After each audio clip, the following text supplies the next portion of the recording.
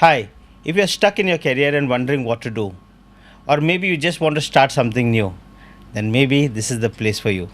This is Ryan Vaz with PB and Bharat, and we launched this series called Inspire, where we endeavor to inspire you with guests, people who have uh, been experienced business people and whom we bring to this set and interview them, talk to them, and try to understand what has made them what they are today.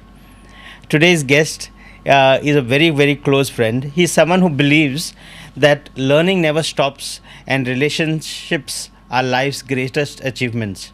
For the last 15 years, through Gem Power Solutions, he has helped homes and businesses with reliable power backup solutions while successfully doubling his business over the last 5 years by constantly adapting to customer needs. But beyond business, he is known as a mentor, trainer, lifelong learner, and someone people just turn to for honest advice. With certifications ranging from management and ISO auditing to finance and international leadership, he truly lives by the philosophy of continuous learning. He is a devoted family man, husband to Dr. Shazia Shah, and a proud father of two accomplished daughters. He inspires not just through business, but through the way he lives. I'm honored to welcome a lifelong learner, a mentor to countless entrepreneurs, the founder of Gem Power Solutions, and my personal friend and bouncing box, Mr. Ashfaq Shah. Hi, Ashfaq. Welcome to the show. Thank you, Ryan, and it's nice to hear so many nice things in one go about one person. Thank you very much for inviting me on the Well, show. well, you deserve it. Ashwak, one of the first things that I want to ask you about is, you are a certified tailor, certified MIS consultant, certified ISO auditors. You are, what do you call that? You've done your PhD in banking. You've got so many things done. Is it just the drive to collect certification? Is it just a drive for learning, or is it something much more than that? Um, Interesting, So uh, I started working when I was about less than 20, I would say, about 18, 19 years old, and when I at that time times were a little difficult, and working was important because we had to make sure that we fund our education as well. Okay, my mother was very firm that we should all focus on our education. My sister went on to do her MEd in English literature, and she's a gold medalist. Wow. My other sister went on to do her journalism. My brother was actually, got into business and was trying to help us get things done. And I went on to do my computers, and then of course I did my post graduation in banking and finance. With all that, so I not really a drive to collect certificates, but I think every opportunity should be treated as as a classroom activity. There's learning everywhere. Movies, I watch movies. I find some learnings there. I find some small education slots over there. Nice. We go out for on leisure, for travel, for any events. Okay, even when you're traveling, you'll find so many experiences which help you learn. In fact, I think. During COVID, my elder daughter, she's now pursuing her MBBS. Ifra was busy studying and preparing for her class 10th exams. And I was wondering, what am I doing here? Lazing around watching Netflix and Prime. So I sat with her and I enrolled for an online program. And that's how I went on and did my post-graduation as well. So I think learning never stops. Even when I was working, every learning opportunity that came on, I was one of the first guys to register for it. So I think that it excites me. Learning is something which I think you should constantly be doing it at every age, at every turn in life. Interesting, Ashfaq. And I'll dig a little bit more deep into that in a while from now. But before that, I want to ask you about your early life. I know you mentioned that you had a difficult, what do you call that? Times things were difficult as you were growing up. Okay, and then you got in your first job. Could you tell us about your first job and how you have grown in your career? uh, Yeah, interesting. So I was pursuing at in around in the early 90s. Doing computers was like you enrolled for a space program. Right. Okay, it was something very exciting. Things were new. Um, I remember the computers that we used to work on were had a speed of 28 megahertz. To play games, we had to reduce the speed. There was a switch which we would press to reduce the speed of the CPU so that we could play games. Hmm. And that was a time when I actually started working on computers. I was one of the youngest boys in a very professional organization at Churchgate, where I used to go for actually doing data entry. So I used to work I was in college, and I used to go to work in a jeans and t-shirt. I used to wear a cap. I had long hair then, okay, a mustache which was still growing. But that's how it started, okay. And I used to work there on a daily basis. So 7 to 11 was college, 12 to 6 was work, and then take a fast train from Churchgate to Bandra, and 7:30 to 9:30 were computer classes. Okay, Wow. so you reach home by 10:30, get get some rest, and then your day starts again the next morning, because college was from 7 to 11. So had to start really early in the morning. That's how it started. Then went on to work with companies like Gallup MBA, worked with many other small and large organizations. I think one of the best things that happened is when I got into the corporate sector, worked with Cytel, which was a Tata group. So basically a Tata company. And then I learned a lot there. From there, I progressed on to working with EDS, which was then acquired by Huart, HP. And the India division was also called as Emphasis. So I worked there for about 9.5 years. I had an amazing boss by the name of Joseph Chaco. Okay. God bless him wherever he is. I've learned many of my learnings in life today come from him. Okay. Oh, wow. So I think he's somewhere in the US right now. But amazing personality. A lot of things what I learned around 15-18 years back, okay, are still relevant today. Right. So and I think very enriching 15 years of work life. So we were speaking of the shoot. We were talking about hiring, and what was it that you said? Hiring up, and this is one of the things that Mr. Chaco taught you. Could you care to elaborate on that? Yes. So he actually trained me, or he taught me the fact that he said, whenever you're hiring people, hire people who are better than you. Okay. And I think as business owners today, or as leaders today, that's one of the most difficult things to do. What comes between me and hiring a person who's better than me is a big wall, with where on that wall it's written in bold and in capitals something called as ego.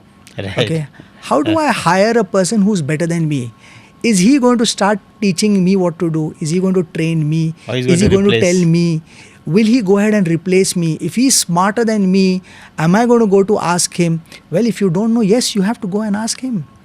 The fact is, if you hire a person who is not as good as you, you're going to end up your time training and upskilling that person to bring him to your level, and that's it. Okay, you're never going to have somebody who's as good as you. Okay, max best case scenario, he will be as good as you, but nothing better than you. But if you get someone who's better than you, okay, you can go back and learn something from him and upskill yourself. And that's where learning actually begins. Okay, Oh, wow. That's where you actually get to learn, you get to better yourself. Okay, and with people coming in, in terms of technology, one of the challenges with technology that I have always had is, by the time you learn a skill and get to work and you master that product or service, you have somebody who's coming, a younger, more, faster guy coming in who's learned something which is newer than what you already know. Mm. Okay, and it makes sense to hire that person. Let him do what he's good at. Okay, you get better at managing those people. So did you actually end up hiring? And how was your personal experience? Yes, when I was quitting my job, in fact, I went to my boss and I told him, and he's trained me well. I actually went to him. My brother, he's been a great support. He wanted me to start a business in Goa, and he wanted me to come over and expand and grow our business. And he's always been there. He's when I lost my father, I think God replaced and sent those qualities in my brother. So when I was planning to come down to Goa, and I went to my boss, I went to him and I told him that, boss, I'm planning to move on. And he said, what's your plan? And I had drawn something. I showed it to him. I said, sir, this is what I'm going to do. This is the plan.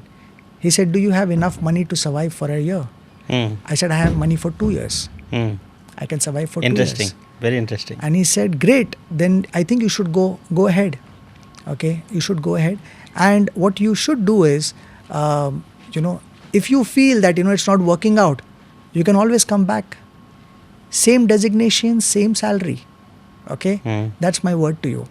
The kind of strength and power that statement gave, to go on, because you've got a backing. The responsibility for me was to hire someone. And I was earning a fabulous salary, okay, a very good salary.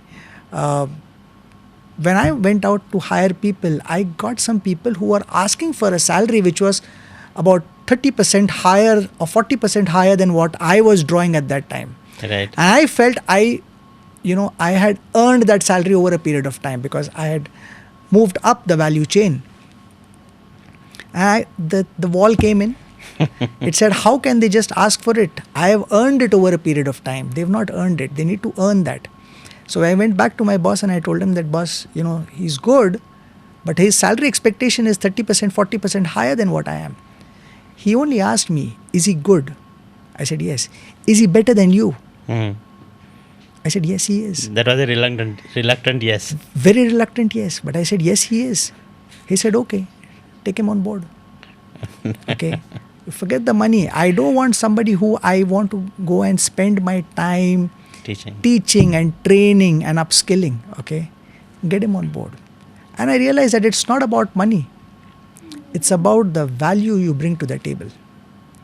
And I think that's a big learning. And I think we should all look at it from that perspective. Ashfaq, you were at the prime of your career. I think somewhere in 2011, you were earning about 12 lakhs per annum. You were at the top of the chain in the corporate ladder. You were teaching, if I remember correctly, you were also a guest lecturer in a couple of management colleges. You're being invited. Everything was going on so well for you. And then you took a decision to leave that and go from corporate to business. And I think that, this is something that we want to touch on specifically and very specially today, because there are a lot of people who are on that verge and they want to jump. So I'd like to ask you, one, what made you take that decision? And two, what made you feel that the decision was right? Because that's a very scary decision to take. Well, a job rewards your experience, whereas, when you do your own business, you get rewarded for your vision, okay, for what you stand to be, what you intend to be, how far you wish to take it, okay. You actually, when you retire from your job, okay, you actually retire from your designation. Right. You retire from your experience. Whereas in a business, okay, it's a legacy that you build. When you move ahead, okay, you retire from your business, but the business does not retire itself. I've never heard this perspective. I love it. Okay, Carry on. This your business does not retire. You can build a legacy. You can actually, and that's what in accounts they say, you sell goodwill. You don't sell your business. You sell goodwill along with it. Okay, your customers keep coming back for you. They keep coming back and asking, okay, patron ko yahan. Okay, and that's something that you build. And that's not built with products or services. Okay, that's built with the relationships that you build with people. Okay. Ryan, it was a very difficult decision because leaving a very lucrative job when you're at the peak of your career, secure job, fabulous salary, you're having having an Uber life, Monday to Friday working, and those were the early days, when we had the privilege, okay, where we were given smartphones, again paid by the office. The calling was expensive, paid by the office, everything taken care of. Um, Travel, stay. I think you Travel went to stay, I was US. sent to the US uh, in business class. These are the privileges that come with a corporate life. However, at the back of your mind, this is what happens. What happens tomorrow when I retire? Of course, you'll have money, but what about the legacy? What about your experience? Where do you use it? How do you spread it? How Mm. can more people learn from my learnings, Mm. from my mistakes, from my experiences, from my wins? Can't more people take advantage of what I have learned? Okay. Mhm. Will people make the same mistakes that I make? If yes, then can I tell them? Can I warn them about it? Okay. So these are opportunities that you need to look at. Okay. And, I would say, all thanks to the Almighty, He's probably given me the best, whatever you need at the right time, at the right place. So, yes, of course, it was a big shift moving from a secure job. But then again, as I said, you need to have a little backing. People set up businesses, okay, with a very small timeline, that they want to be successful overnight. Not Mm. going to happen. They want to be very successful in 5 years. They want a car, they want a house. It's not going to happen. It's not a magic wand. It will take time. You will have to give it the right amount of time and space. So when you say that, yeah, I mean, if I'm in a corporate job now and I want to jump, then what should be my criteria? You're saying now that it will take 5 years for me to succeed. How would I manage for the next 5 years? I mean, what should be those parameters that should be in place before I take a jump? So I feel one of the things, Ryan, is a lot of times I see businesses failing. Is because things are done in a hurry. Okay, so very recently I met with someone and he said, I'm going to do this and I'm going to do that. I've got a plan and I think So what's the plan? Khub demand. How much demand? How much is a lot of demand? Okay, and I have this favorite line, and I ask people, how green is your green? Mm. Okay, you say distinction. 75 to 90 is distinction. You've got 75 or you've got 90. Okay, so So be specific with the numbers. be specific with the numbers. Don't fudge your numbers. Okay, be true to yourselves. I've heard people saying that my target is 20 crores. What are you doing right now? 10 lakhs. Is it real? Okay, it's good to have high aspirations. It's great, but do you have a plan? And I've heard people say, let's aim for 20 crores. At least I'll hit 20 lakhs. Mhm. You're setting your goal wrong. You're setting yourself up for failure. You have put it in your mind, you've set it in your mind that I have set up a goal which is so large that I'm not going to achieve. Might as well say 20 lakhs is what I can do. Let's aim for 22 or 24. Let's have a stretch goal of 20%. Okay. Why get to a goal which is so difficult that you yourself are not convinced? So I feel that, Ryan, it's very important that you're very clear about what you want to do. Okay. Goals should be such that they inspire you to achieve.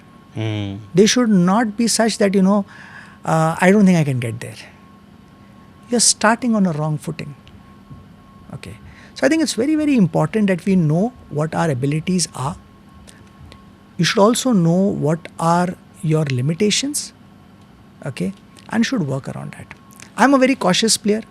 I've never had very wildly impossible goals. Okay. Bigs, what we call it. Okay. But I've been very calculative, and it has to be something which I know that I can get there, and then I stretch it a bit.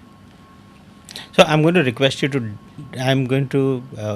request you to dig in a little bit more. What was your process to decide that I'm going to jump and I'm going to take this much time, or this is going to be my goal. And I'm saying this because I wanted to be at least like a case study or as an example for people who are trying to think of this decision. Maybe they can set the same parameters as yours.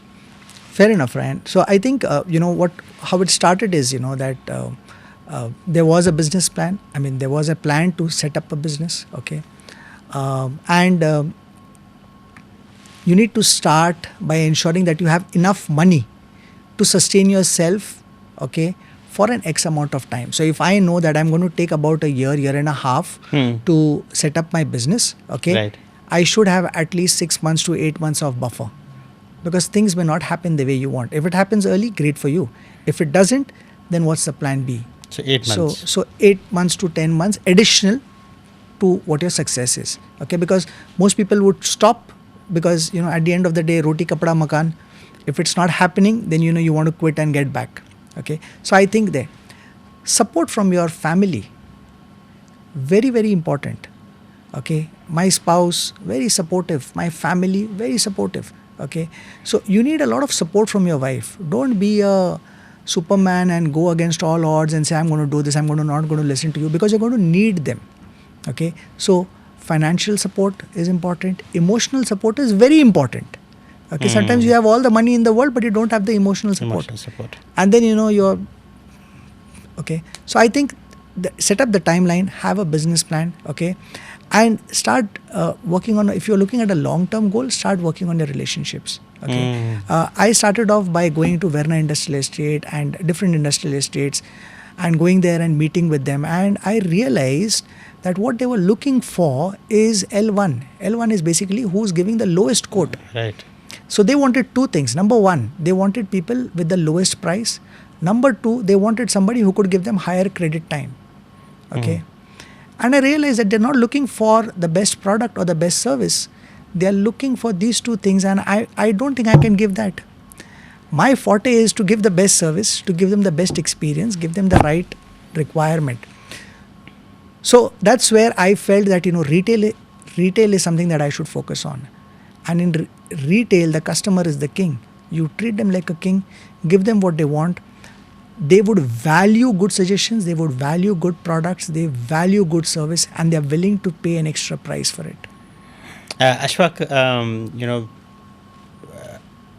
I told you before also that when you start talking, time will suddenly feel short, and indeed we are almost crossing our time. But I cannot leave you without asking this question.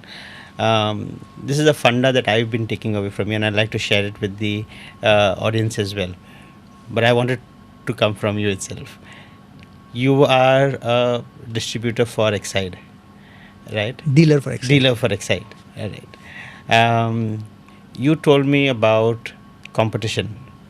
People, customers walking in and walking out because they're not comfortable with Exide. And then how you also got Amaron and other options. Can you care to explain how does one deal with competition when you are a dealer of one product? So there's a typical customer psyche where customers have a specific brand image. Okay, and then there is hearsay. So we are dealing with one of the most finest products, which is Exide, and it's a reputed product in the market.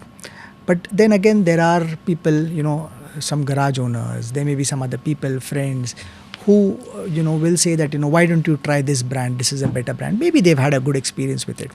I realized that customers would walk into the store asking for a specific brand. Okay, and then we would say, na patrao, this is a better brand. Okay, and then they would say, okay mage rehta, and that customer would never come back. Now I realized that if you don't have that brand, the customer is walking away. And we faced a challenge where customers did start walking away. How do you counter that? You keep that brand as well. Why should I decide for the customer? Let the customer decide for himself. What I can do is I can give him the options. I can tell him the pros and cons. I can talk to him about my experience, about my customers and their experience. Okay, and let him choose.